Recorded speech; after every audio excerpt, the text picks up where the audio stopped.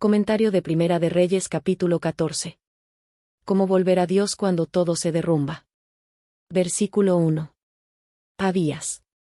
Se menciona este hecho para mostrar la persistencia de Jeroboam en su mal proceder y el castigo que, como resultado, iba a caer sobre él y su casa. Abías, el nombre de su hijo, significa, Jehová es mi padre, y quizás sea una indicación de que cuando nació el niño, Jeroboam no tenía la intención de abandonar el culto de Jehová. Es interesante la coincidencia del nombre con el del hijo de Roboam, Abiam, versículo 31, o Abías, segunda de Crónicas 12, 16. Quizás sea más que una coincidencia, puesto que el nacimiento de los dos hijos puede haber acaecido aproximadamente al mismo tiempo, cuando Jeroboam gozaba del favor de Salomón. Versículo 2. Silo. En este pueblo se había centralizado el culto durante 300 años, desde cuando se colocó allí el arca después de la conquista, Josué 18, 1, hasta que la tomaron los filisteos, Primera de Samuel 4, 4 y 11, cuando se cree que también Silo fue destruida. Ver Jeremías 7, 12, Profetas y Reyes página 305 y 306. Sin embargo, allí moraba el anciano profeta ciego Ahías, el que había dicho a Jeroboam que sería rey, Primera de Reyes 11, 29 al 31. Silo estaba en el territorio de Israel, a unos 16 km al sur de Siquelm. Es, pues, evidente que a pesar de la nueva idolatría en Betel y Dan, Dios todavía consideraba a Israel como su pueblo escogido, al cual debían ministrar sus profetas y para el cual este ministerio era de importancia capital. Cuando Jeroboam quiso recibir un mensaje de Dios, sabía que podía obtenerlo del profeta Ahías. Disfrazada como una mujer del pueblo, la esposa de Jeroboam fue a ver al profeta. Versículo 3. Toma en tu mano. El humilde obsequio concordaba con la costumbre de la época, Primera de Samuel 9, 7 y 8, de visitar al profeta con algún presente, aunque fuese insignificante. Era una prueba de aprecio y respeto. Versículo 4. Se habían oscurecido. Aún los profetas de Dios están sujetos a las aflicciones comunes a los seres humanos. Versículo 5. Jehová había dicho. La esposa de Jeroboam quería engañar al profeta, pero Dios iluminó la mente de él. El pleno conocimiento que tenía el profeta de las circunstancias de la visita era una evidencia para que Jeroboam supiese que estaba recibiendo un mensaje directo de Dios. Versículo 7. Di a Jeroboam. Anteriormente Dios había enviado a Ahías a Jeroboam con el alegre mensaje de que iba a ser rey, y que si fuera fiel el Señor estaría con él y afianzaría su casa, capítulo 11, 38. Pero Jeroboam no había obedecido los preceptos del Señor, había pecado gravemente e inducido a Israel al pecado. En un momento cuando el rey esperaba de Dios una palabra de esperanza, solo merecía un mensaje de reproche. Versículo 8. De la casa de David. Jeroboam tenía ante sí el ejemplo de la vida descarriada de Salomón. Ciertamente había recibido su reino porque no lo merecía Roboam, hijo de Salomón. Por eso Jeroboam no tenía excusa ante Dios ni ante todo Israel. Versículo 9. Sobre todos. El lenguaje es vigoroso, pero no lo es demasiado. Hubo pecadores entre los dirigentes de Israel que precedieron a Jeroboam, pero ninguno lo igualaba en sus tremendas iniquidades. Al servir a los ídolos en lugar de Dios, Jeroboam repudiaba al Altísimo que le había dado el reino. Desdeñosamente menospreció las advertencias que había recibido. Se le había confiado la heredad de Dios, como un depósito sagrado, pero él no fue fiel. Deliberadamente indujo al pueblo de Israel al pecado, y lo estimuló para que diera la espalda al Señor que lo había sacado de Egipto y le había dado la tierra prometida. Versículo 10. Destruiré. Serían eliminados todos los varones de la familia de Jeroboam para que pereciera su casa.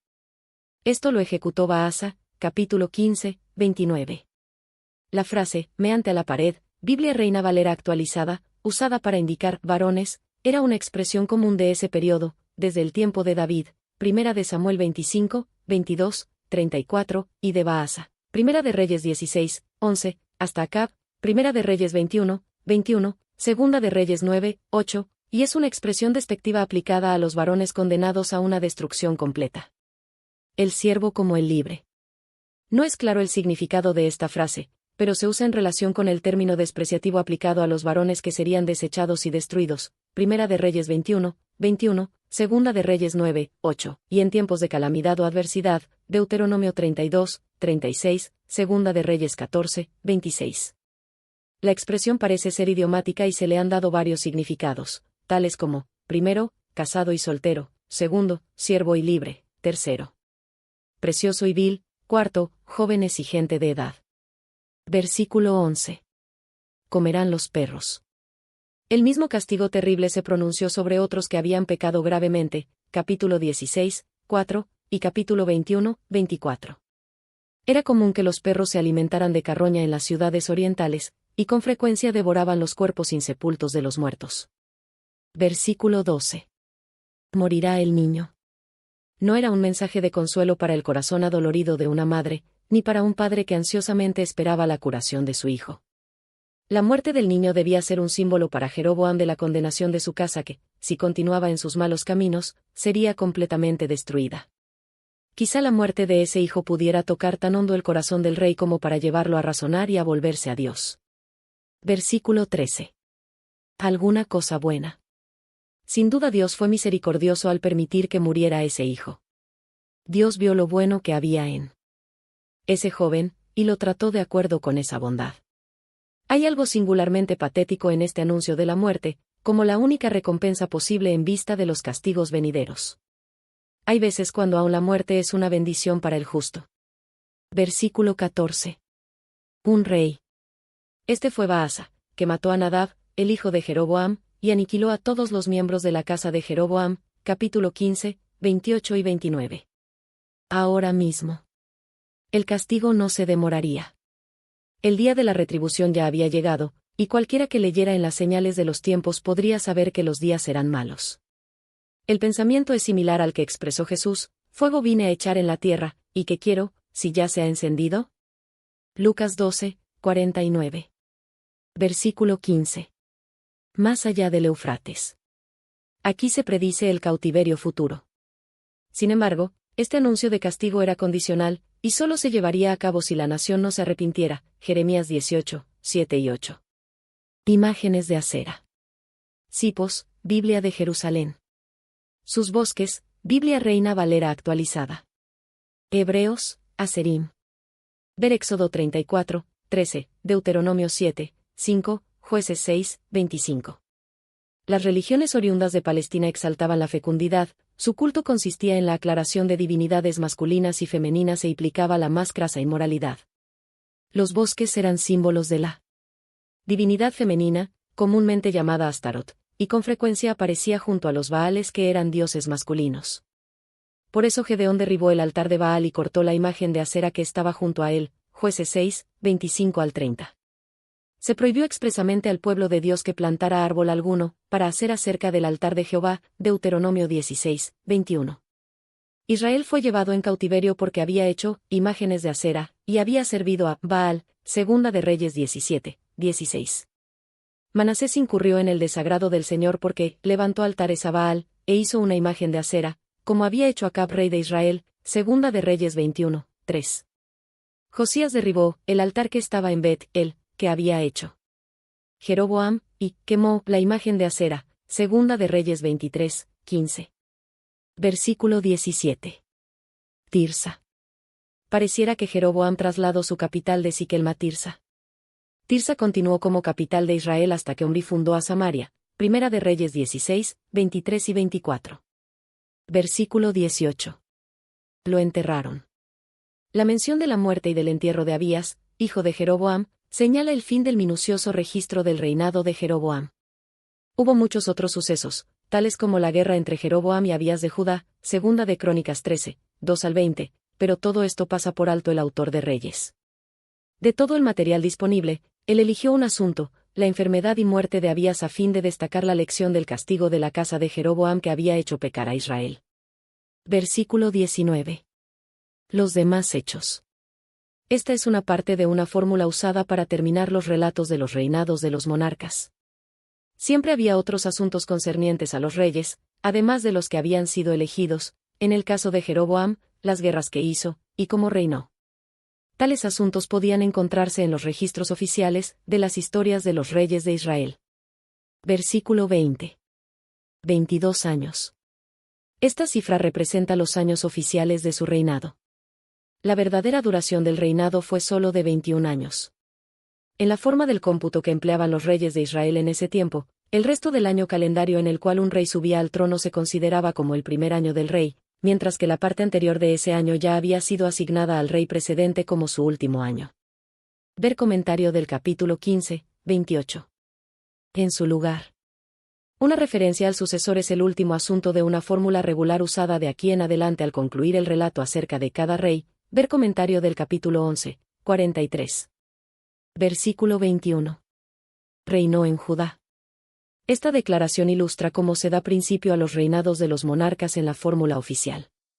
Ya se ha presentado el relato de la visita de Roboam a Siquem para su coronación, y su rápida retirada a Jerusalén debido a la rebelión de las tribus del norte, capítulo 12, 1 al 24. Después sigue el relato del reinado de Jeroboam, capítulos 12, 25 a 14, 20, y ahora viene el registro del reinado de Roboam después de la introducción oficial. Son breves los registros. Tanto de los reyes de Judá como de Israel durante un periodo, hasta la aparición de Elías, capítulo 17, 1. Sin embargo, hay mucho material suplementario en Segunda de Crónicas 11, 1 a 16, 14. 41 años. Debe, pues, haber nacido antes de que su padre, Salornón, subiera al trono, puesto que Salomón reinó durante 40 años, capítulo 11, 42. 17 años. Años oficiales, pero en este caso también años verdaderos. El sistema de cómputo en Judá difería del de Israel, ver comentario del versículo 20. En Judá, el resto del año calendario durante el cual un rey subía al trono no era considerado como su primer año.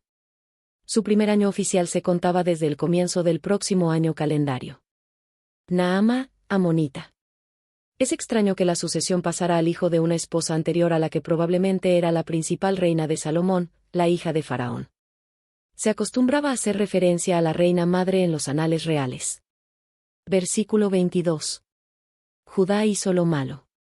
El principal motivo de los registros de reyes pareciera ser poner de manifiesto el papel que cada individuo desempeñó en la historia religiosa del reino. En el caso de ciertos reyes, se nos informa que el gobernante fue quien procedió mal, Segunda de Reyes 17, 2, Segunda de Reyes 21, 2 y 20, Segunda de Reyes 23, 32 y 37, Segunda de Reyes 24, 9 y 19, pero en el caso de Roboam el relato dice que Judá hizo lo malo. Es evidente que la apostasía de Judá fue la cosecha de la letal simiente sembrada por el mal ejemplo de Salomón, durante cuya idolatría habían crecido los jóvenes de la nación. Roboam era débil y vacilante y no procuró reprimir al pueblo cuando éste hizo lo malo. Versículo 23. Imágenes. Estelas, Biblia de Jerusalén. Hebreo Matzebot, literalmente, columnas. Había reiteradas órdenes para que los israelitas destruyeran las estatuas, imágenes y esculturas de los cananeos, y para que derribaran y quemaran sus imágenes de acera, o bosques, Éxodo 23, 24, Éxodo 34, 13, Deuteronomio 7, 5, versículo 12, 3, ver Deuteronomio 16, 22. Las señales de piedra erigidas por Jacob, Génesis 28, 18, Génesis 31, 13, Génesis 35, 14. No eran objeto de culto, ver Génesis 28, 18. Versículo 24. Sodomitas. Cades, invertidos que se prostituían en los templos. Realizaban su abominable oficio con sanción religiosa. Debido a la práctica de estas abominaciones debían ser raídos los antiguos habitantes del país, y ahora el pueblo de Judá rivalizaba con ellos en su impiedad, ver Primera de Reyes 15, 12, Segunda de Reyes 23, 7. Versículo 25. Sisac. Conocido en la historia egipcia como Sesón Cuno. Fue el fundador de la Septuaginta dinastía de Egipto. Hizo su famosa incursión contra Judá en el quinto año de Roboam. Este registro está notablemente confirmado por la célebre inscripción de Karnak, que enumera las victorias de Sesón y da una lista de las ciudades capturadas en esa campaña.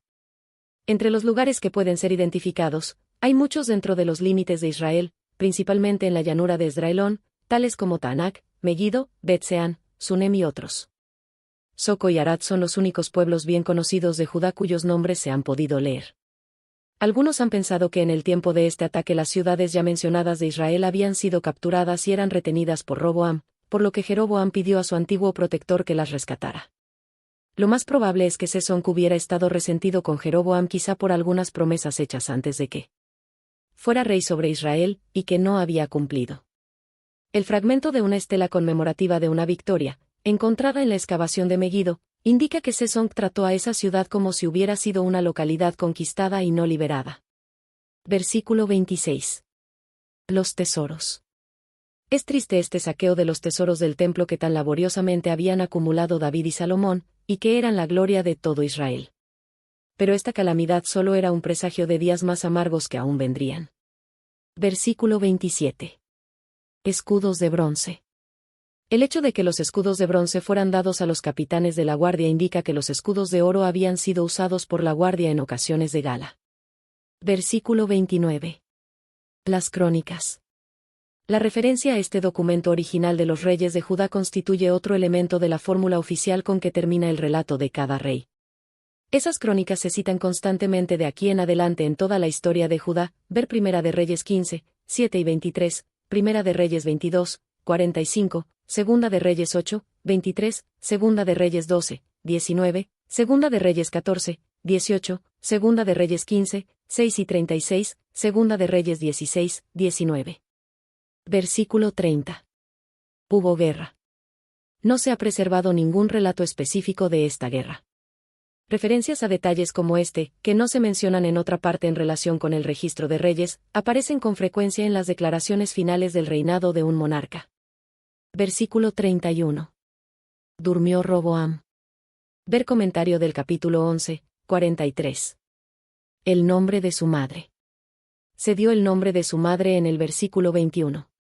El lugar acostumbrado para esa mención está en la declaración con que empieza el reinado del monarca. Este es el único caso en que ese detalle aparece como parte de la fórmula real con que termina un reinado. Comentario bíblico adventista del libro Primera de Reyes capítulo 14.